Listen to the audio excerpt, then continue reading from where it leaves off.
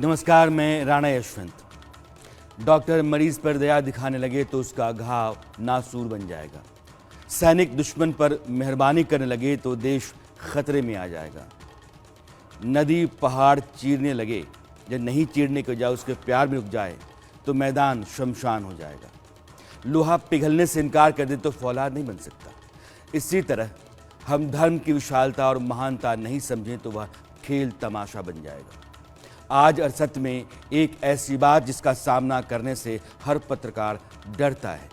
या तो उसकी अपनी समझ तंग है या फिर वह बागेश्वर धाम के धीरेन्द्र शास्त्री से डरता है। डरना कोट अनकोट उसके कई मायने हैं जिनको आप इस शो में खुद ब खुद समझ जाएंगे। इंडिया न्यूज़ एक बुनियादी सवाल लेकर आज खड़ा है, वह यह कि सनातन क्या है। हमने सनातन को कितना समझा है। सनातन की सेवा के नाम पर धीरेन्द्र कृष्ण शास्त्री को जो कहते हैं, जो करते हैं, वो क्या है। वह सनातन के सिद्धांतों से कितना मेल खाता है। और एक भारी भीड़ जो उनके सामने बैठती है, उसको क्या कभी किसी ने सनातन और धीरेन्द्र शास्त्री का अंतर समझाया। इंडिया न्यूज़ ने धीरेन्द्र शास्त्री का इंटरव्यू किया और वो सारे सवाल पूछे जो शास्त्री जी के लिहाज से तीखे थे, लेकिन सनातन को आपके सामने रखने के लिए ज़रूरी थे। बहुत सारे शुभचिंतकों और शास्त्री जी के समर्थकों का संदेश लगातार आता रहा कि समय बदल गया है, आप सनातन के खिलाफ नहीं चल सकते। धीरेन्द्र शास्त्री दूसरे धर्मों को चुनौती दे रहे हैं, इसलिए आपको खटक रहे हैं। और इसके अलावा बहुत कुछ जिसको शायद मैं यहाँ साझा नहीं कर सकता। इसलिए कुछ बातें बहुत ज़रूरी हैं कि मैं आप सबों के सामने रखूँ। मैं इंडिया न्यूज़ का आचार्य धीरेन्द्र शास्त्री से कोई झगड़ा नहीं है, यह साफ करना चाहता हूँ। उनके कुछ काम अच्छे हैं जिनकी तारीफ हम भी करते हैं, मगर सिर्फ इसलिए कि भारी भीड़ उनके यहाँ जुटती है, बड़े बड़े नेता कारोबारी जाते हैं, उनके पक्ष में ट्रोल करने के लिए एक बड़ी आर्मी तैयार हो गई है, आप चुप रह जाएं तो यह सनातन के साथ बड़ा विश्वासघात होगा। वह धर्म जिसकी अविरल धारा अनंत से विज्ञान और तर्क के पाटों के बीच बहती रही है, वह गंदला जाएगा। जो धर्म जिज्ञासा और प्रश्न के आधार पर उच्च कोटि के आध्यात्मिक चिंतन का वाहक रहा है, वह बौना और भोथरा हो जाएगा। और आस्था से भरे हुए लोग जो अपनी परेशानियों को लेकर के धीरेन्द्र शास्त्री के यहाँ जाते हैं, वे भी एक दिन खुद ब खुद अपने आप को ठगा हुआ महसूस करेंगे। अगर आपने आज सनातन का सत्य नहीं समझा और धीरेन्द्र शास्त्री से ही सनातन को परिभाषित कराते रहे तो आप बड़ा अधर्म करेंगे। मैं जानता हूं कि यह शो शास्त्री जी ज़रूर देखेंगे और मैं चाहता हूं कि अगर मेरी कोई भी बात उनको गलत लगती है तो वे आपत्ति दर्ज कराएं। पहले मैं आपको धीरेन्द्र शास्त्री का जो इंटरव्यू मैंने किया उसके टुकड़े आपके सामने रखना चाहता हूं, सुनाना चाहता हूं, और हर टुकड़े में जो बात फंसी हुई है उसको साफ करते चलेंगे। पहला टुकड़ा। जी कैसे हैं? नमस्कार आपको मेरा। श्री सीताराम, हम बहुत अच्छे। आप बताओ, आप ठीक हो? आशीर्वाद आपका। शास्त्री जी, ये बालाजी की जो कृपा है, कृपा बनाए रखें। ये बालाजी की कृपा आप पर कब से है? देखो, हम बचपन में ही 9-10 साल से गुरुजी के चरणों में जाते थे, दादा गुरुजी के चरणों में। वहीं बागेश्वर धाम में छोटा मंदिर था, वहीं सेवा करते थे। तो बचपन से ही हमारा जीवन उनके चरणों में व्यतीत हुआ। कृपा तो प्रत्येक व्यक्ति के जीवन में जन्म से होती है ईश्वर की। हम कुछ नया नहीं है, बस ये है कि हम अपनी गुरु परंपरा का निर्वाहन कर रहे हैं। और लोग मैंने अपना सवाल शास्त्री इसलिए पूछा कि अगर बचपन से बालाजी की कृपा है तो पिछले 2.5-3 वर्षों में आपकी प्रसिद्धि जिस तरीके से रॉकेट हुई है, उसको 4 चांद लगे हैं, तो ये पहले क्यों नहीं हुआ? कृपा तो बहुत पहले से थी, तो ये बीच के 2.5-3 वर्षों में ही हाल के कैसे हुआ? देखो, हम इन न्यूज वालों में, और ये आपका जो डिबेट है, जो कैमरा है जी, हम तो दरबार 11 साल से वहीं सेवा में बैठ रहे। संस्कार वाले आए, लोग आए, उन्होंने वायरल किया।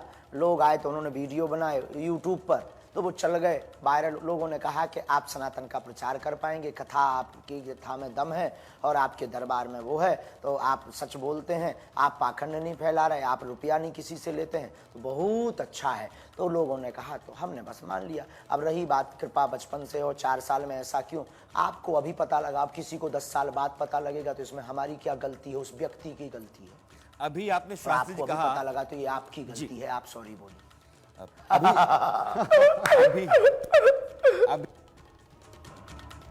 धीरेन्द्र शास्त्री कह रहे हैं कि मैं बालाजी की सेवा कर तो बचपन से रहा था, मगर इधर 2-3 बरस पहले से मीडिया वाले आने लगे, लोग यूट्यूब और सोशल मीडिया पर वीडियो डालने लगे तो प्रसिद्धि बढ़ गई। यानी कि धीरेन्द्र शास्त्री के यहाँ तक पहुँचने में मीडिया और सोशल मीडिया का बड़ा हाथ है। अब इंटरव्यू का अगला टुकड़ा। विश्वास नहीं फैलाते हैं, विश्वास में आपका भरोसा नहीं है। एक वीडियो चल रहा है जिसमें लोग मानसिक तौर पर विक्षिप्त हैं, वो चिल्ला रहे हैं, चीख रहे हैं, बाल हिला रहे हैं, सिर हिला रहे हैं, पटक रहे हैं अपने आप को। आप कैसे निर्णय करेंगे कि वो मानसिक तौर पर विक्षिप्त हैं? मान लिया आप क्या मानते हैं उनको? नकारात्मक और सकारात्मक ऊर्जा है। नकारात्मक और सकारात्मक ऊर्जा है। नहीं तो आप मंत्र फूंक के उनको ठीक ऊर्जा को तो आप विज्ञान के छात्र हैं, आप मानते हैं नेगेटिविटी एनर्जी? क्या आप नेगेटिविटी एनर्जी और पॉजिटिविटी जो भी हो, अंग्रेजी हमारी गड़बड़ है तो आप उसको पकड़ के मत रह जाना। क्या आप नकारात्मक और सकारात्मक को मानते हैं? यदि हाँ, फिर आप कहोगे कि जी आप बोल लें। तो आप अगर मानते हैं तो अब आप अगला क्वेश्चन हमसे ये करेंगे कि आप ये मंत्र क्या लगा रहे हैं? नकारात्मक और सकारात्मक ऊर्जा को, नकारात्मक ऊर्जा को कोई प्रेत कहता है, कोई नेगेटिव एनर्जी कहता है, कोई गंदी विद्या कहता है। जिस प्रकार शक्कर को कोई खांड, कोई शुगर कहता है, कोई चीनी कहता है, शक्कर तो शक्कर है। तो नेगेटिव और पॉजिटिव एनर्जी की लड़ाई है। और हनुमान चालीसा को क्या आप सत्य मानते हैं या झूठ? आपका सवाल मुझसे है? आपसे है जी।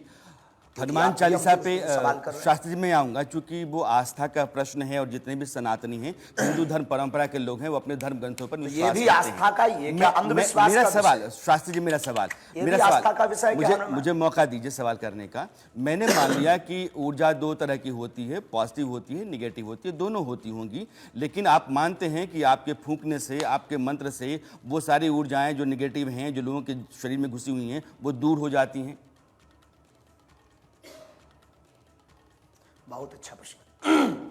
हनुमान चालीसा ये मानता है, गोस्वामी तुलसीदास जी ये मानते हैं, भूत पिशाच निकट नहीं आवे, महावीर जब नाम सुनावे। आपकी निजी आस्था है, अगर आप इस चौपाई को गलत कर रहे हैं तो आपसे हमें बात करने का आपको कोई अधिकार नहीं है। नहीं, ये तो देखिए, ये हमारे यहाँ मंत्र जो होते हैं ना शास्त्री जी, जैसे वैदिक मंत्र हैं, वैदिक मंत्रों के उच्चारण की अपनी पद्धतियाँ होती हैं।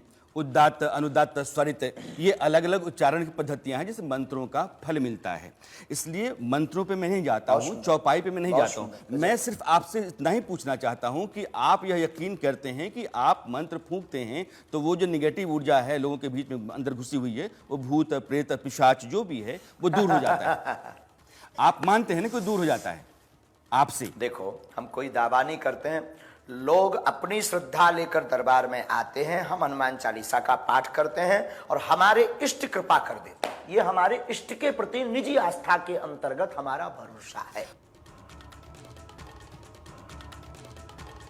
धीरेन्द्र शास्त्री मानते हैं कि भूत पिशाच होते हैं, बुरी आत्माएं और नेगेटिव एनर्जी होती हैं।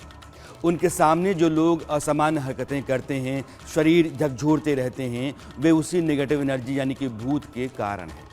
उन्होंने यह भी कहा कि चूंकि मैं बालाजी यानी कि हनुमान जी का सेवक हूं, तो मैं उनके नाम का मंत्र फूंकता हूं और वे दुष्ट आत्माएं भाग जाती हैं। अपनी बात कहने के लिए उन्होंने तुलसीदास की हनुमान चालीसा की चौपाई पढ़ी। भूत पिशाच निकट नहीं आवे, महावीर जब नाम सुनावे। तुलसीदास जब अकबर का इस देश में राज था तब थे, यानी 16वीं सदी में, मतलब आज से लगभग 450 साल पहले। जबकि सनातन का मूल है वेद। वेदों की रचना कब हुई यह आज तक तय नहीं हो पाया। अगर मैं बाल गंगाधर तिलक की गणना के आधार पर, जो ज्योतिष के आधार पर उन्होंने की, समय या काल निर्धारण करूं तो ईसा से 6000 साल पहले, यानी कि आज से लगभग 8000 साल पहले वेद लिखे गए। दूसरी बात यह कि तुलसीदास ने जब लिखा भूत पिशाच निकट नहीं आवे, तो इसका मतलब ये नहीं कि भूत पिशाच जो हम समझते हैं वैसी विपत्तियां या अनहोनी जो दिखती नहीं हैं और अचानक आकर के घेर लेती हैं। अगर हनुमान जी का ध्यान करते हैं तो हम उनसे बचे रहेंगे, इसको इस अर्थ में लिया जाना चाहिए। तीसरी बात यह कि भूत पिशाच, चुड़ैल, शमशान, यह सब तंत्र विद्या का हिस्सा हैं और सनातन धर्म में आपको कहीं भी तंत्र नहीं मिलेगा। मैं चुनौती देता हूं कि चारों वेदों, उपनिषदों, पुराणों, वाल्मीकि रामायण और गीता कहीं पर भी कोई भी विद्वान मुझे यह दिखा दे कि एक बार भी भूत पिशाच का उल्लेख है। कहीं नहीं है। और सनातन धर्म के आधार ग्रंथ यही हैं। ऐसे में अगर हजारों हजार लोगों को सामने बिठाकर भूत पिशाच का मेला लगाएंगे, मंत्र टोटकों से तमाशा करेंगे, तो उसको सनातन से जोड़ करके देखने का मतलब यह है कि तर्क और विज्ञान पर आधारित संसार के सबसे महान धर्म का आप अपमान करते हैं। अगर आप सनातन को नहीं समझते तो उसकी आड़ भी मत लीजिए। अब इंटरव्यू का अगला टुकड़ा।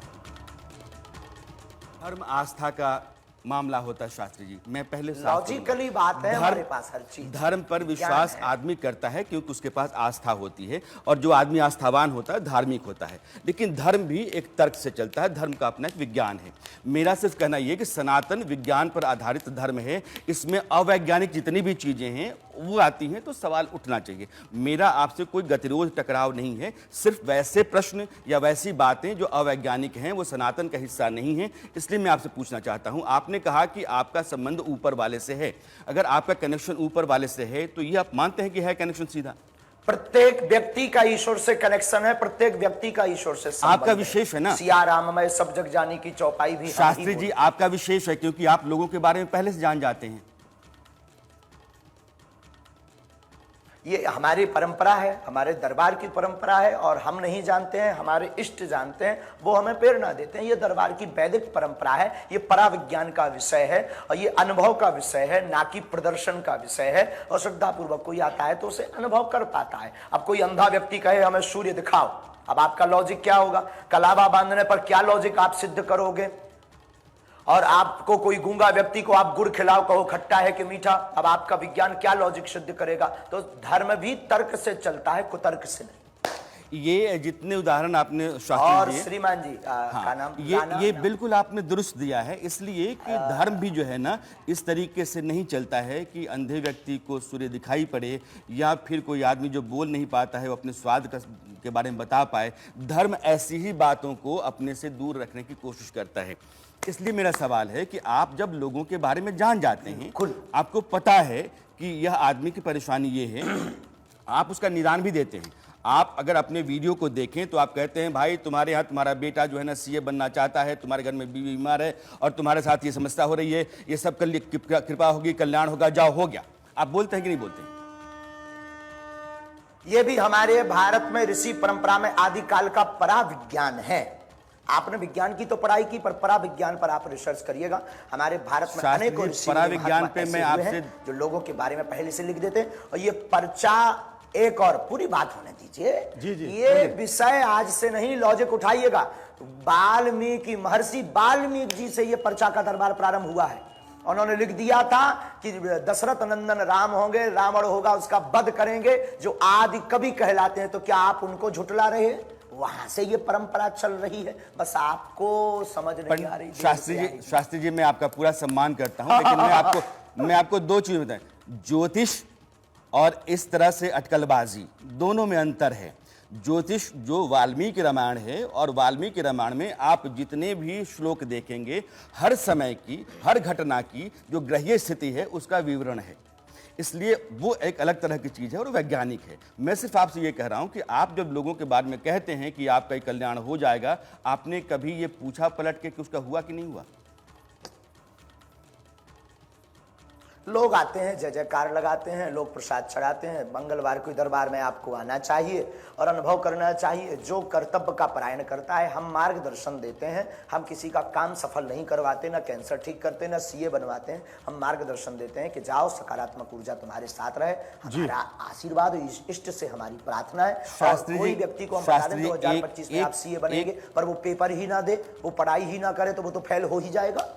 तो देखो भाई, यही वाल्मीकि जी के रामायण में वाल्मीकि जी ने लिख दिया। अब भगवान राम न रावण को मारते, न लंका में युद्ध करने जाते, तो वाल्मीकि जी की रामायण भी फेल हो जाती।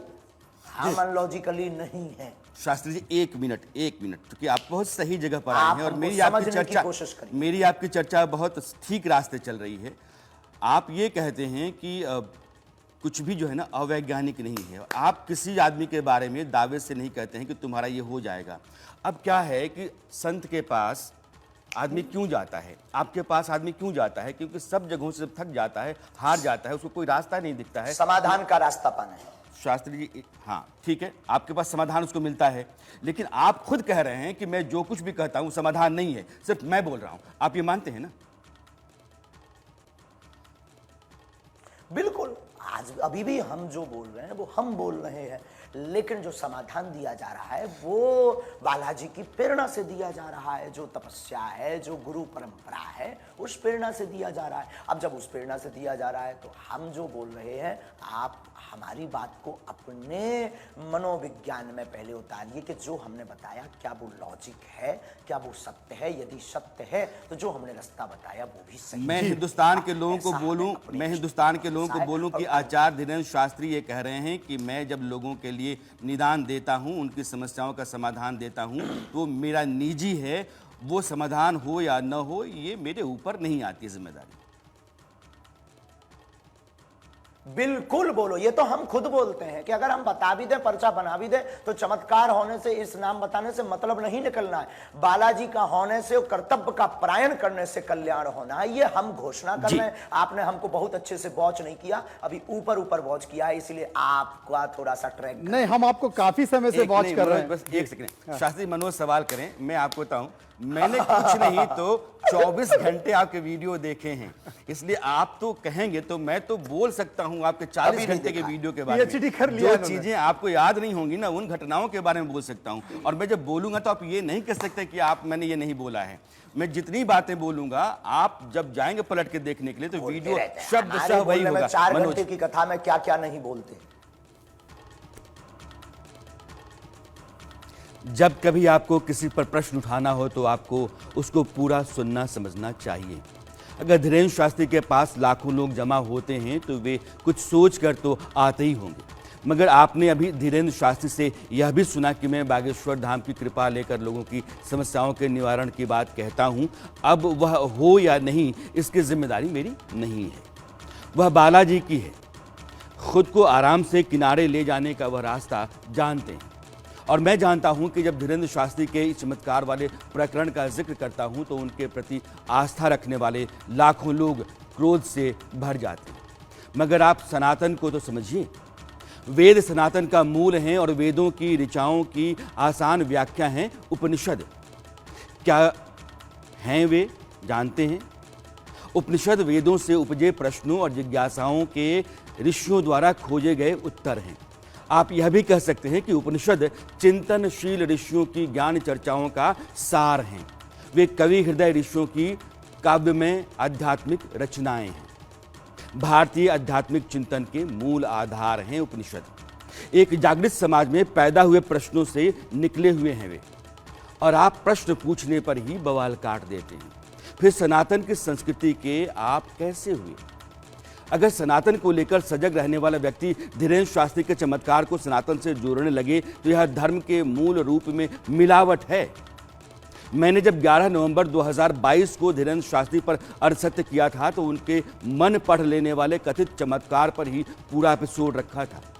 मैंने कुछ मेंटलिस्ट के शोज रखे और कहा कि दुनिया में ऐसे बहुत सारे मेंटलिस्ट हैं जो आपको देखकर बता सकते हैं कि आप क्या सोच रहे हैं, अभी आप क्या पूछना चाहते हैं, आप अभी किस जगह जाना चाहते हैं।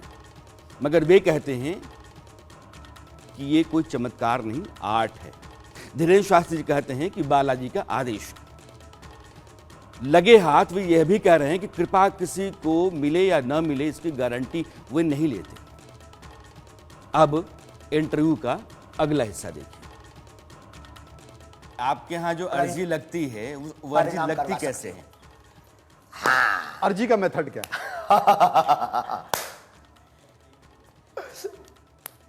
आपके पास आवाज गई पूरी कि नहीं गई? पूरी आ रही है। शास्त्री जी, आपकी आवाज तो दुनिया में जा रही है। आज आना चाहिए हमारी आवाज, तो अभी सब जगह जा रही, तुम्हारे पास क्यों नहीं पहुंचेगी? जी, अर्जी कैसे लगती है शास्त्री जी? तो अर्जी की प्रक्रिया, बहुत अच्छा प्रश्न किया, ये लॉजिक प्रश्न जी। अर्जी लगने का मतलब बागेश्वर बालाजी के चरणों में नारियल बांधना है, लाल रंग के कपड़े में अपने मनोभावों को श्री बागेश्वर बालाजी जो स्वयंभू हनुमान जी हैं 320 वर्ष पहले प्रकट हुए थे, हमें जो दादा गुरु जी ने बताया था, उनको प्रार्थना करके कौन सा संकट मोर गरीब को जो तुमसे नहीं जाते है टारो, बेग हरो हनुमान महाप्रभु जो कछु संकट हो या हमारो।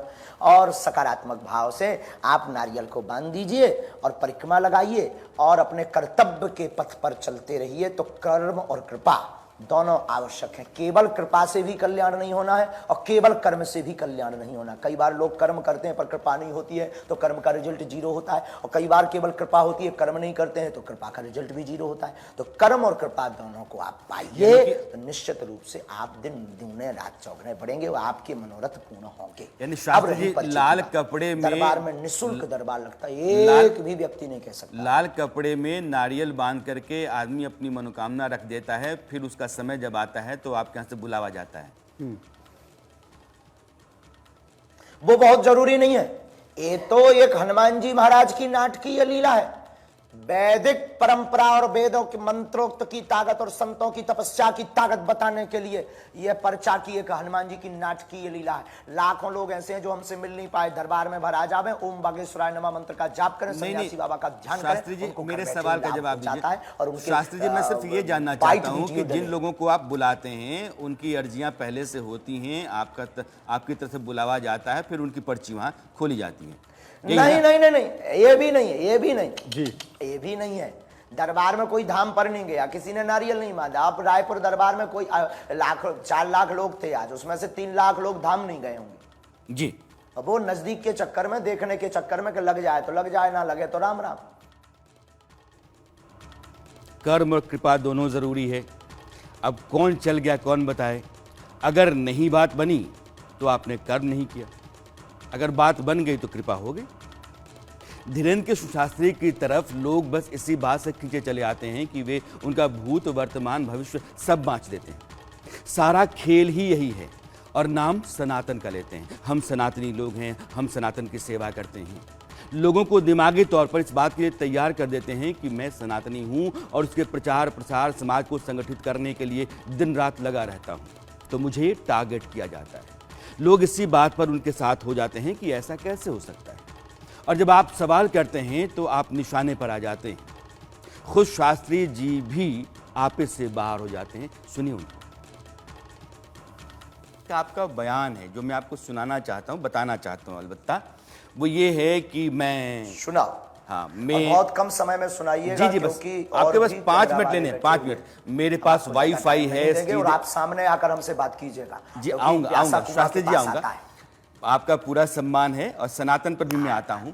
आपने कहा कि मेरे पास वाईफाई है, सीधा ऊपर से कनेक्शन है, मुझसे लोग आके बोलते हैं कि बाबा जी वो मेरा वीडियो डिलीट करवा दो, बहुत बेइज्जती हो रही है। विनोदी विषय है। देखो, विनोद में कई बार नेताओं की खिंचाई कर देते हैं, तो क्या कवियों के ऊपर FIR होती? लेकिन तालियां तो हजारों लोग बजाते हैं ना बाबा जी, वही लोग तालियां बजा के आते हैं ना आपके मतलब पास। मस्ती है, विनोद का मतलब मस्ती। हमने तो ये भी कहा कि हमने कहा कि रावण ने एक बार ऐसा कहा था हमसे, ये विनोद है। तीन बातें शास्त्री जी, मैं आपके सामने विनोद है। ये इंडिया न्यूज़ आपका बड़ा सम्मान करता है, आप जो कुछ भी कर रहे हैं सनातन की खातिर, उसकी पूरी इज्जत है। लेकिन 3 बातें आपने इंडिया न्यूज़ पे मानी हैं, एक बार दर्शकों के सामने मैं साफ करना चाहता हूं। सनातन के लिए सत्य दिखाना इंडिया न्यूज़ का धर्म है, और एक बार से हम बहुत नाराज हैं। हाँ, तो वो जो धर्म है वो 3 सत्य हैं, वो तीनों मैं आपको बताना चाहता हूँ, अपने दर्शकों को अलबत्ता बताना चाहता हूँ। पहली बात शास्त्री जी ने कही, अब इसलिए प्रेम हो गया कि आज आपके व्यक्ति आए। हाँ, चलिए, आपका प्रेम हो गया ना, समझा नहीं, बहुत आपका प्रेम हो गया ना, कई लोग आपका प्रेम शास्त्री जी, अगले सवाल से पहले क्या कहते हैं, अब नहीं, अरे आप करो लाला, आप शानदार हैं शास्त्री जी। 2 बातें अपने दर्शकों को साफ करना चाहता हूँ। शास्त्री जी ने ये कहा कि जो लोग आते हैं दरबार में उन लोगों पर जो मैं कृपा बरसाता हूँ और कहता हूँ कि तुम्हारी ये मुश्किल आसान हो जाएगी, खत्म हो जाएगी, ऐसा मैं कहता हूँ ऐसा हो जाए, इसकी कोई गारंटी नहीं है। दूसरी बात बाबा जी ने ये कही कि जब मैं कहता हूं कि ऊपर से मेरा कनेक्शन है, तो ये विनोद में कहता हूं, मजाक में कहता हूं, इसको लेकिन इसको गंभीरता से नहीं लेना चाहिए। बाबा जी, एक सवाल और मेरा है, चूंकि आप जब प्रवचन करते हैं तो आपकी भाषा अलग होती है। आई एम नॉट बाबा, आई एम धीरेन्द्र कृष्णा, आचार्य धीरेन्द्र आचार्य धीरेन्द्र शास्त्री जी। मैं आपको शास्त्री जी ही कह रहा हूं। तो आपकी प्रवचन के दौरान की जो भाषा होती है बहुत संतुलित, संयमित, मर्यादित होती है।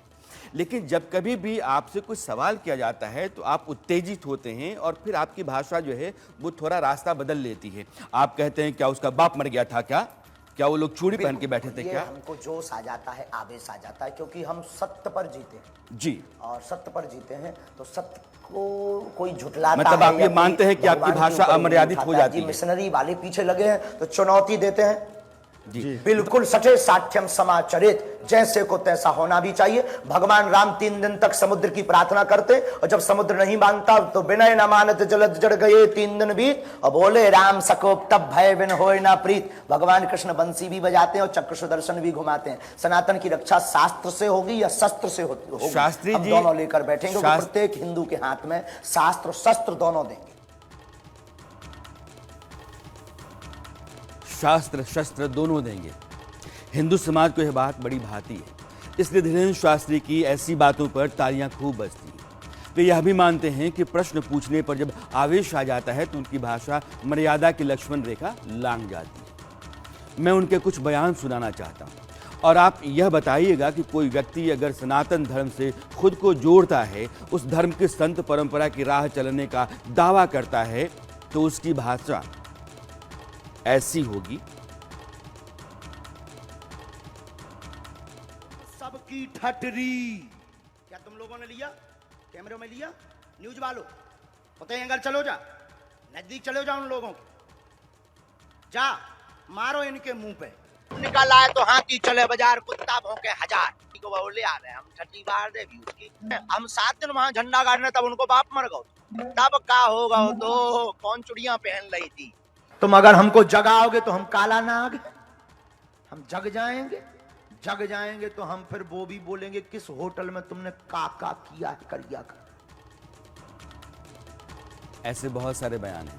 उनसे पूछे तो कहे कि विनोद में कह दिया था, लेकिन संत हैं। सोचेगा कि इससे सनातन ऊंचाई पाता है या उसको ठेस पहुंचती है। सनातन में ऋषि, साधु, संत अलग अलग भूमिकाओं को इंगित करते हैं। ऋषि कौन? वेदों की ऋचाओं के रचयिता जो थे उनको ऋषि कहा गया। बहुत कठिन तप के बाद यह उपाधि मिलती थी। ज्ञान तप के आधार पर और काम के आधार पर ऋषि भी कई तरह के होते थे। सबसे ऊपर ब्रह्मर्षि, महर्षि, राजर्षि, देवर्षि वगैरह वगैरह। जो लोग साधना में लगे रहते थे वे साधु कहलाते थे। साधना के लिए ज्ञानी होना आवश्यक नहीं है। इसी तरह जो संसार और अध्यात्म के बीच सेतु का काम करते हैं वे संत कहलाते हैं। यानी कि जिसने धन और ध्यान, गृहस्थ और सन्यास, परिवार और साधना, इसका संतुलन कर लिया है, इसको साध लिया है, वह संत है। समाज में आदर्श स्थापित करने वाला धार्मिक व्यक्ति, यह सनातन की परिपाटी है। आपको लगता है कि ऐसा ही करते हैं धीरेन्द्र शास्त्री? दरअसल उनको इस बात को साबित करने की बेचैनी लगी रहती है कि मेरे पास दिव्य शक्ति है और मैंने उसका झंडा गाड़ दिया, मैं अजय। आपको बताया कल हमने झंडा गाड़ दिया आपकी न्यूज के सामने। 20 नेशनल चैनल लगे थे, चुनौती देकर के ललकार करके सनातन धर्म का झंडा गाड़ दिया। आप लोगों की गलती नहीं है, आप तो दिखाने वाले दर्शक हैं। लेकिन जो धर्म विरोधी पीछे लगे थे हमने मुंह पर तमाचा मार दिया। शास्त्री जी, हम लोग भी सनातनी ही हैं और धर्म की बड़ी मर्यादित जो रूप उसका है उसको समझते हमें भरोसा थोड़ा थोड़ा हो रहा है। अगर आप समझते भी हैं, क्योंकि कल आपने झंडा गाड़ा है तो मैं सोचता रहा कि अगर आप मेरे बारे में थोड़ा बहुत बता देते, क्योंकि आपके पास आदेश आता है, ये बड़े उत्सुक हैं, भी कर सकते हैं। इनका पर्चा अपने बारे में भी शास्त्री से पूछ लूंगा। आओ वेलकम है, बिल्कुल। अगर हमें आज्ञा लगेगी बिल्कुल बताएंगे। प्यासा कुआं के पास आता है, हम क्यों तुमको लाइव में ही आशीर्वाद दे दे। आपको अगर लगे कि लेना चाहिए तो आइए। नहीं शास्त्री जी, मुझे कुछ लोगों ने कहा, मतलब, और ये सवाल भी बड़ी वाजिब सी है बात है। लोगों ने कहा कि शास्त्री जी को अगर दिव्य शक्ति का आशीर्वाद है और शास्त्री जी अगर इतना कुछ जानते हैं तो देश में बहुत सारी समस्याएं हैं, देश के सामने बहुत सारी चुनौतियां हैं, तो शास्त्री जी उनके बारे में बताएं। हमारे पास राष्ट्र के चिंतक आते हैं, हमारे पास राजपीठ से लोग आते हैं, प्रदेश की अर्जी लगाते, राष्ट्र की अर्जी लगाते, हम उनको। तो ये पाकिस्तान का क्या होने वाला शास्त्री जी? हम तो अपनी तरफ से विश्व की मंगल कामना करते रहते हैं। जी जी। तो आप आकर के अर्जी लगाइए, नारियल बांधिए, सीताराम ये हमारे रूल्स को फॉलो कीजिए। जिस प्रकार आपकी टीवी में आने के लिए कैमरा का रूल्स फॉलो करना पड़ता है, उसी प्रकार बागेश्वर धाम की कृपा को शास्त्री जी एक सवाल, राम नाम का जप और अर्जी लगाइए। शास्त्री जी एक सवाल है। आज मैं रायपुर में देख रहा था आपको, और आपके दरबार में लाखों लोग आए हुए थे, लेकिन आप सीधे देश की मीडिया को संबोधित कर रहे थे, और आपने 2 पत्रकारों को उठाया भी, और 2 पत्रकारों से कहा कि अब हम बार बार अपने सबूत नहीं देंगे, लेकिन आज हम सबूत के तौर पर बता देंगे कि हम हैं क्या, और आज हम चमत्कार दिखा देंगे। आपने एक पत्रकार को उनका इतिहास भी बताया, उनके परिवार के लोगों के नाम भी बताए। एक पत्रकार महिला थी, आपने बताया कि किसी को भी उठा के लाओ, लेकिन आपके चेहरे पर गुस्सा झलक रहा था। वो गुस्सा अच्छा नहीं लग रहा था। तो हमको आदेश आता है, क्योंकि दरबार हमारा नहीं, बालाजी का है, और हमने नहीं उठाया। हमने कहा था 2 पत्रकारों को भेज दीजिए, आप किसी को भी। तीसरी बात, 4 लाख लोगों में से किसी को भी उठा लाइए, और कल हम आपको इनवाइट करते हैं, कल आ जाइए। लेकिन अब हमको सफाई नहीं देनी है, ना हमको अब ये डिबेट करना, क्योंकि इसमें टाइम बर्बाद होता है। मैं आपको उसी दरबार में लेकर चलता हूं जिस दरबार का जिक्र मैं कर रहा हूं। इससे पहले एक बैकग्राउंड समझा देता हूं। धीरेन्द्र शास्त्री रायपुर से पहले नागपुर गए थे, वहां उनकी कथा हफ्ते भर चली। उस दौरान नागपुर की अंधश्रद्धा उन्मूलन समिति ने उनको अपने यहाँ बुलाया और कहा कि मेरे 10 लोगों के सामने आप जो चमत्कार करते हैं करके दिखाइए। धीरेन्द्र शास्त्री वहाँ नहीं गए, नागपुर से लौट आए। कहा यह गया कि वे तय दिन से 2 दिन पहले ही कथा खत्म करके निकल गए, मगर धीरेन्द्र शास्त्री ने इसको गलत बताया। उन्होंने रायपुर आकर उन नागपुर वालों को चुनौती दी कि आप अब यहाँ आ जाओ। न मध्य प्रदेश है, न महाराष्ट्र है, ये ऐसी जगह है जहाँ जो न मेरी है न आतेरी है। यह खबर चैनलों और सोशल मीडिया पर आग की तरह फैली। धीरेन्द्र शास्त्री अपने रायपुर कथा प्रवास में एक दिन दरबार में मीडिया वालों पर ही अपना चमत्कार करने की ठान बैठे। सुनिए। मेरे चाचा जी का नाम बता सकता है?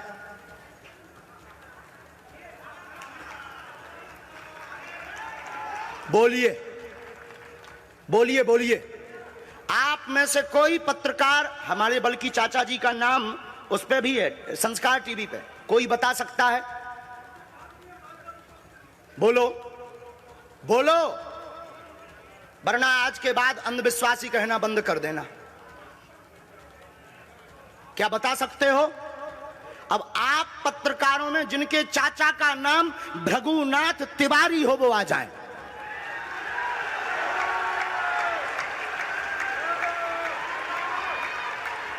आपके चाचा का नाम भृगुनाथ तिवारी है? जी, मेरे चाचा का नाम भृगुनाथ तिवारी है और वो भोपाल में रहते हैं, अभी मथुरा में हैं।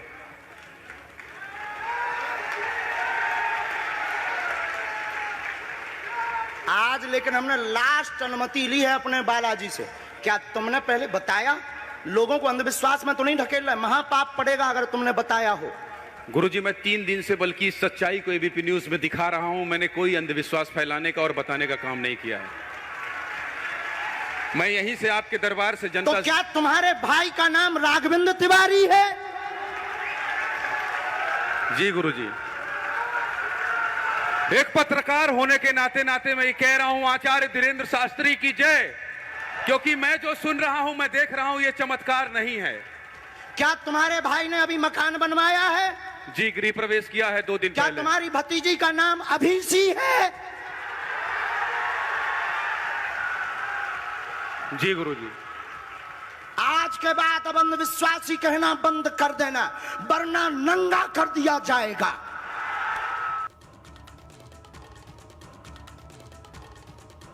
नंगा कर दिया जाएगा। क्यों इतनी बेताबी है खुद को दिव्य शक्ति वाला साबित करने की? लोग बिना साबित किए भी आपको पूजेंगे अगर आप सत्य हैं तो।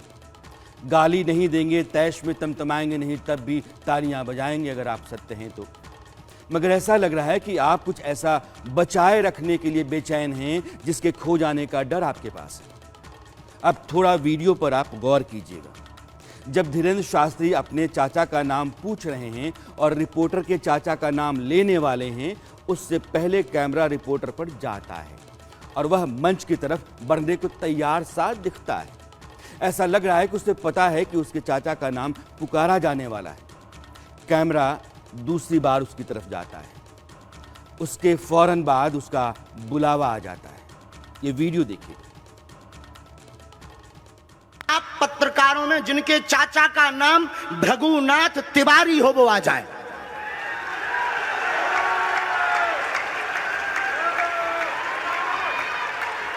आपके चाचा का नाम भृगुनाथ तिवारी? जी, मेरे चाचा का नाम भृगुनाथ तिवारी है और वो भोपाल में रहते हैं, अभी मथुरा में हैं। क्या तुम्हारे भाई का नाम राघवेंद्र तिवारी है? जी गुरुजी, एक पत्रकार होने के नाते मैं ये कह रहा हूं, आचार्य धीरेन्द्र शास्त्री की जय, क्योंकि मैं जो सुन रहा हूं, मैं देख रहा हूं, ये चमत्कार नहीं है। क्या तुम्हारे भाई ने अभी मकान बनवाया है? जी, गृह प्रवेश किया है 2 दिन क्या पहले। तुम्हारी भतीजी का नाम अभिषी है? जी गुरुजी। चाचा का नाम नहीं हो गया, लुप्त हो चुकी सरस्वती नदी का रास्ता दिव्य दृष्टि ने जैसे देख लिया हो। वो आर्किमिडीज को अचानक न यूरेका कह के वो सड़कों पर भागने लगे। मिल गया। एक वैज्ञानिक शोध था। बाबा कहता है श्री, लोगों को आपके चाचा का नाम नहीं मालूम क्योंकि उनको वह नहीं जानना। आपको अपने दरबार को सजाना है, इसलिए जानने का जुगाड़ आपको करना है। आप भाई भतीजी का नाम और मकान बनाने की बात बताते समय किसी बड़ी विजय के आनंद से उत्तेजित दिख रहे हैं। पत्रकार भी अपने पेशे और पूरी पहचान के साथ शरणागत है। यह ठीक वैसे ही है जैसे कोई पुलिस अधिकारी वर्दी में ड्यूटी पर किसी मंत्री के पांव छूता हो। पत्रकार होने के नाते मैं ये कह रहा हूं, आचार्य धीरेन्द्र शास्त्री की जय, क्योंकि मैं जो सुन रहा हूं, मैं देख रहा हूं, ये चमत्कार नहीं है।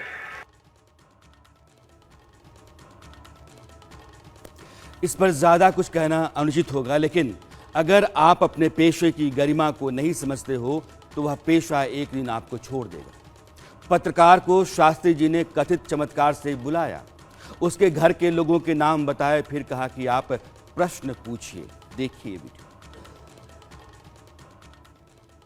एक प्रश्न पूछ लीजिए, लास्ट पूछिए। मैं पूछूं? हाँ। मेरे मन में तो देखिए बहुत सारे सवाल थे जिसको लेकर मैं 3 दिन से लगातार कोशिश कर रहा था। मैं इसी मीडिया में, इसी पत्रकारिता क्षेत्र में और क्या कर सकता हूं, क्योंकि मैं देश और समाज के लिए सेवा करना चाहता हूं, इसी फील्ड में रहकर उसको लेकर। पदोन्नति का प्रश्न है, कृपा होगी पत्रकार में इस मंत्र का जाप करें, आशीर्वाद है। जब धीरेन्द्र शास्त्री ने पत्रकार के प्रश्न का उत्तर दे दिया, उसके बाद उनको लगा अब मेरा काम हो गया।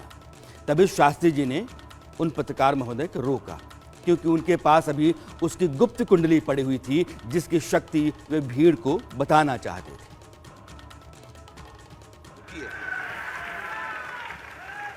एक ये रखा है और आपका एक और रखा है। हम गुरु हैं, ऊंची गोटी खेलते हैं, कच्ची गोटी नहीं खेली हो। इसमें वो रहस्य भी लिखे हुए हैं जो दुनिया को पता नहीं, सिर्फ तुम्हें और हमें पता है। वो पूरे कमरों की डिटेल लिखी है इसमें। और ये धमकी नहीं है, सिर्फ आधा पढ़वा करके आपको हम संतुष्ट कर देंगे और पर्चा वापस ले लेंगे। एक ये आएंगे, ये भाव से बैठे हैं, बस ये आपने भी नहीं सोचा होगा।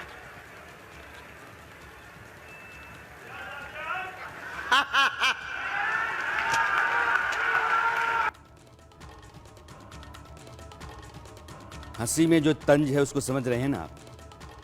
हम गुरु हैं, कच्ची गोली नहीं खेली है। वो रहस्य जो सिर्फ तुम्हें और मुझे पता है, उन कमरों के डिटेल्स लिखे हुए हैं। पत्रकार के चेहरे पर हवाइयां उड़ रही हैं। शास्त्री जी ने यह बता दिया कि वे अपने चमत्कार को मनवाने के लिए कमरों के डिटेल्स तक रख सकते हैं। अब आप सोचिए कि अगर उस पत्रकार को यह कहलवा दिया गया हो कि आज तुमको वह करना है जो हम कहेंगे, वरना कुंडली तुम्हारी खुल सकती है, तो फिर मरता क्या न करता। ये मेरा अनुमान है कि ऐसा हो सकता है। वे तमाम लोग जो धीरेन्द्र शास्त्री के भक्त या समर्थक होंगे, उनको मेरी बातें बुरी लग रही होंगी, मैं उनको चुभ रहा हूँगा। बहुत सारे मित्रों ने लिखा कि सनातन में चमत्कार की घटनाएं हैं और उसमें हनुमान जी का समुद्र लांग जाना या पर्वत उठा करके ले जाना इसका उल्लेख है।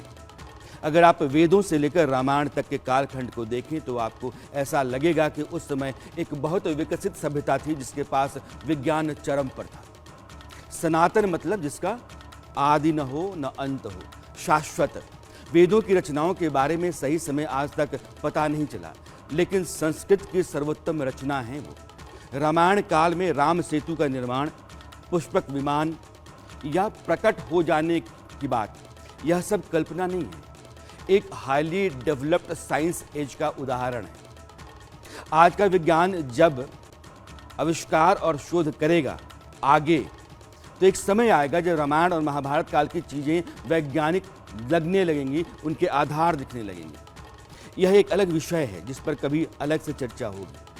आज मुद्दा सनातन और धीरेन्द्र शास्त्री का है। सनातन हमारी पहचान है और पहचान के लिए अपने मूल स्वरूप को जानना जरूरी है, तो उसको भी एक बार समझ लेते हैं। सनातन को हिंदू धर्म भी कहा जाता है। वैसे हिमालय से हिंद महासागर तक के भूखंड में रहने वालों को हिंदू कहा जाता है। इसलिए संघ अगर कहता है कि भारत में रहने वाला हर मजहब का आदमी हिंदू है, तो उसका आधार यही है। अब आप सनातन पर आइए। सनातन या हिंदू धर्म का मूल वेद हैं। ये 4 हैं: ऋग्वेद, यजुर्वेद, सामवेद, अथर्ववेद। वेदों को दुनिया का पहला धर्म ग्रंथ माना गया। उनमें देवता, ब्रह्मांड, ज्योतिष, गणित, औषधि, विज्ञान, भूगोल, धर्म, संगीत, रीति रिवाज वगैरह वगैरह का उल्लेख है। वेद मंत्रों के पाठ में वांछित फल देने की शक्ति होती है। वेदों का पाठ कभी सुनिए।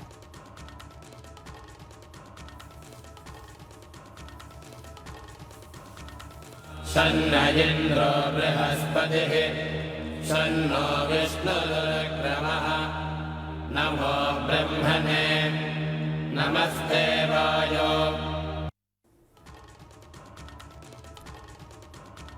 वेदों की ऋचाओं की व्याख्या जिन पुस्तकों में है उनको उपनिषद कहते हैं। वैसे तो उपनिषदों की संख्या 108 मानी जाती है, मगर मुख्य रूप से 13 है। ईश, केन, कठ, प्रश्न, मुंडक, मांडुक्य, तैत्तिरीय, ऐतरेय, छांदोग्य, बृहदारण्यक, श्वेताश्वत, कौशिकी और मैत्रेयणी। उपनिषद आध्यात्मिक चिंतन के मूल आधार हैं और सभी 6 भारतीय दर्शन का मूल स्रोत हैं। इन्हीं उपनिषदों का संसार का सर्वोत्तम ज्ञान माना जाता है। जीवन का अर्थ क्या है, शरीर और आत्मा का संबंध क्या है, इहलोक और परलोक का अस्तित्व क्या है, गोत्र के पीछे का विज्ञान क्या है, कई कथाओं के माध्यम से गूढ़ रहस्यों का उद्घाटन आपको उपनिषदों में मिलेगा।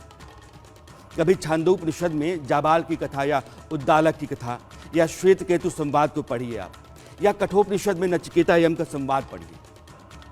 आप देखिएगा क्या उच्च कोटि का दर्शन है, क्या ज्ञान है। यह सनातन है। उपनिषदों के बाद पुराण आते हैं जिनकी संख्या 18 बताई जाती है। इनमें ऋषि मुनियों की वंशावली, लोक कथाएं, चिकित्सा, खगोल शास्त्र, व्याकरण, विज्ञान वगैरह वगैरह के बारे में बताया गया है। अब आप देखिए कि पुराण हजारों साल पुराने हैं, तब उनमें एस्ट्रोनॉमी के बड़े बड़े सिद्धांत दर्ज हैं। इनके बारे में कोई बताता है आपको? वेद क्या कहते हैं, उपनिषद दुनिया के सर्वोत्तम बौद्धिक विमर्श हैं, कोई समझाता है? विज्ञान, खगोल, अंतरिक्ष में हजारों हजार साल पहले भारत आज से कहीं विकसित था, क्या कोई रखता है उसे? ये सब सनातन धर्म के मूल ग्रंथों में ही है। सनातन जड़ नहीं है, गतिमान है।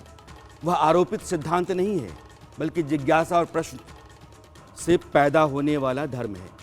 सारे उपनिषद इससे भरे हुए हैं। गीता में अर्जुन कृष्ण से लगातार प्रश्न करते हैं। सनातन मानता है अगर आप सवालों से डरते हैं तो इसका मतलब यह है कि आपका तरीका, आपका विश्वास एक बेहद कच्ची जमीन पर खड़ा है, जो 2-4 सवाल पूछते ही भरभरा कर गिर जाएगा। अगर आप सच्चाई पर खड़े हैं तो मैं आपसे लाखों सवाल पूछूं, आपको कोई दिक्कत नहीं होगी। सवालों से दिक्कत तभी है जब आप झूठ पर खड़े होते हैं। समय के साथ मानव समाज के लिए हर सकारात्मक सिद्धांत को सनातन ने आत्मसात किया। वह गतिमान रहा, ऊर्जावान रहा, अर्थवान बना रहा और कल्याण से जुड़ा रहा। सनातन सिर्फ यज्ञ, पूजा पाठ, संस्कार का लिखित विस्तार नहीं है। वह वसुधैव कुटुंबकम और सर्वे भवन्तु सुखिनः के सिद्धांत पर चलने वाली एक जीवन शैली है। इतने प्रखर और सर्वोत्तम धर्म में भूत प्रेत वाले तंत्र को फिर से नाम खानदान बता देने वाले चमत्कार को अगर आप घुसाते हैं तो सनातन की आत्मा आपको चोट पहुंचाती है। संत परंपरा में खड़ा होकर चमत्कार साबित करने के लिए अधीर आक्रोशित होना उस परंपरा का मान कम करता है। अरबी ताप लेते हैं हम तिवारी जी, ऐसे वैसे गुरु नहीं है हम दूसरे वाले गुरु हैं। हम इलू इलू भी बताई के क्या जगह चल रहा हो, हाँ, और ठोक कर बताते हैं कि कितने जगह चल रहा हो। हम केवल चाचा भर का नाम नहीं, लवेरिया वाले खसम को भी नाम बताई थे कि कितनी मैडमन से कांटेक्ट है। हम बहुत उल्टे गुरु हैं। लबेरिया, खसम, उल्टे गुरु। हमने यह भी मान लिया कि आपके ऊपर बालाजी का आशीर्वाद है धीरेन्द्र कृष्ण शास्त्री जी, और आप सच में सब जानते हैं, लोगों को निदान बता देते हैं, तो फिर उसको साबित करने के लिए इतना पगलाए आप क्यों रहते हैं? जिसके साथ ईश्वर है उसको फिर काहे की चिंता? आप लोगों की सेवा करते रहिए, कौन आपका क्या बिगाड़ लेगा। लेकिन आचार व्यवहार, अहंकार, प्रतिकार, यह सब सनातन के संस्कार से आपका मेल नहीं खाता। बहुत महान धर्म है, इसके नाम पर जो आप करते हैं वो अनुचित है। आज के बाद अब अंधविश्वासी कहना बंद कर देना, वरना नंगा कर दिया जाएगा। हम हनुमान जी के सेवक हैं, ललकार कर करते हैं कि हमने संतों की चरणों की तपस्या सीखी और सन्यासी बाबा की कृपा को पाया है।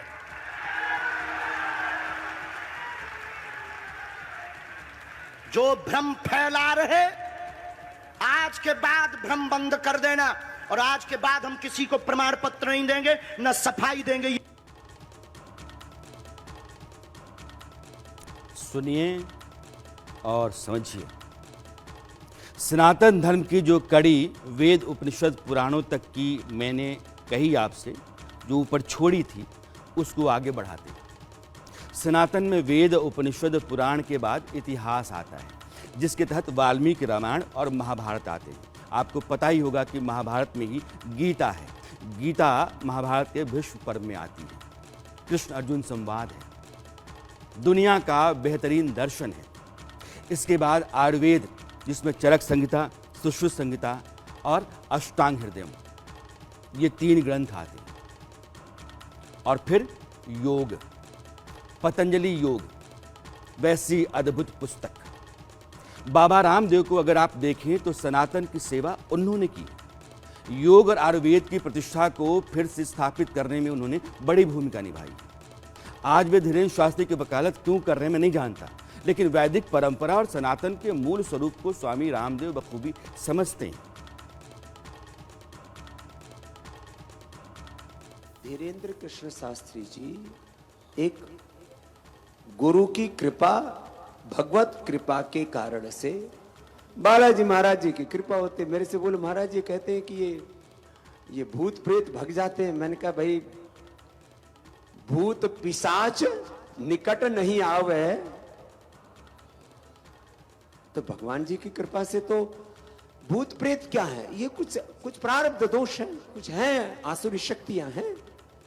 तो जो गुरु और भगवान की शरण में रहता और कोई दैवी कृपा संपन्न कोई महापुरुष जब आशीर्वाद दे देता है तो व्यक्ति संकटों से बाहर निकल जाता है। वो महाराज जी के शिष्य कर रहे हैं। भाई सब जगह पाखंड मत देखो, कुछ ये भी देख लो कि एक अदृष्ट लोक भी है, और ये सच है जो दिख रहा है आंखों से। ये तो 1% लोग, अदृष्ट जो है 99% है। स्वामी रामदेव से असहमति के बहुत सारे कारण यहाँ हैं। वैसे उनके गुरुकुल में वैदिक मंत्रों के उच्चार करते बच्चे सनातन की शक्ति से आपका साक्षात्कार कराते हैं, कभी जाकर के देखिएगा। लेकिन वे स्वयं ऐसा क्यों कर रहे हैं, वो धीरेन्द्र कृष्ण शास्त्री के पक्ष में क्यों खड़े हैं, मुझे नहीं मालूम। सनातन संपूर्ण और सर्वोच्च धर्म है। इसके नाम पर कुछ भी करने की आज़ादी आपको नहीं दी जा सकती। मेरे कुछ शुभचिंतकों ने लिखा कि आप धीरेन्द्र शास्त्री के माध्यम से सनातन पर सवाल उठा रहे हैं और मैं कह रहा हूं कि मैं सनातन को समझ रहा हूं, इसलिए धीरेन्द्र शास्त्री को उसकी महानता और मर्यादा के अनुकूल खुद को खड़ा करने के लिए निवेदन कर रहा हूं। अब तो वैदिक परंपरा की रक्षा और उसको आगे बढ़ाने वाले पीठों के आचार्य भी धीरेन्द्र शास्त्री के चमत्कार को सनातन के अपमान के रूप में देखने लगे। आप ज्योतिष पीठ के शंकराचार्य अभिमुक्तेश्वरानंद जी को सुनिए। दिखाने वाले हम उनको फूल बिछाएंगे कि आओ और ये जो मकान में दरार आ गई है, हमारे मठ में आ गई है, उसको जोड़ दो। फूल बिछा करके उनको ले आएंगे और फिर झुक करके पलकों पर बिछा करके उनको वापस करेंगे। दिखाओ ना चमत्कार। हम लोग तो सारे देश की जनता चमत्कार चाहती है कि कोई चमत्कार हो जाए। कहाँ हो रहा है चमत्कार? एक नारियल जो पहले से हम लाए हैं उसमें से हम चुनरी निकाल दें, कौन सा? अच्छा मान लो चुनरी नहीं, उससे सोना निकल जाए गोला, उससे जनता का क्या भला होगा? तो जो चमत्कार हो रहे हैं वो जनता की भलाई में अगर उनका कोई विनियोग हो तो हम उनके जय जयकार करेंगे, नमस्कार करेंगे, और नहीं तो ये चमत्कार जो है छलावा है, इससे ज्यादा कुछ नहीं। शंकराचार्य जी कह रहे हैं कि जोशी मठ में मकानों में दरारें आ गई हैं, कहिए कि चमत्कार से इन मकानों की दरारें भर दें, मकान को दुरुस्त कर दें, तब समझें। कुछ मित्रों का कहना है कि आप ज़रा इस्लाम और ईसाइयत में जो अंधविश्वास है उसके बारे में बोलकर दिखाइए। अंधविश्वास और सड़ांध जहाँ भी है उसके खिलाफ आवाज़ उठनी चाहिए।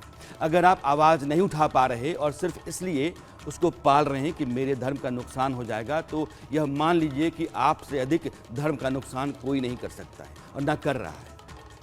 इस्लाम और ईसाइयत के अंदर के पाखंड और पाप पर भी मैं शो करूँगा। कहा यह भी गया कि कन्वर्जन पर क्यों नहीं बोलते।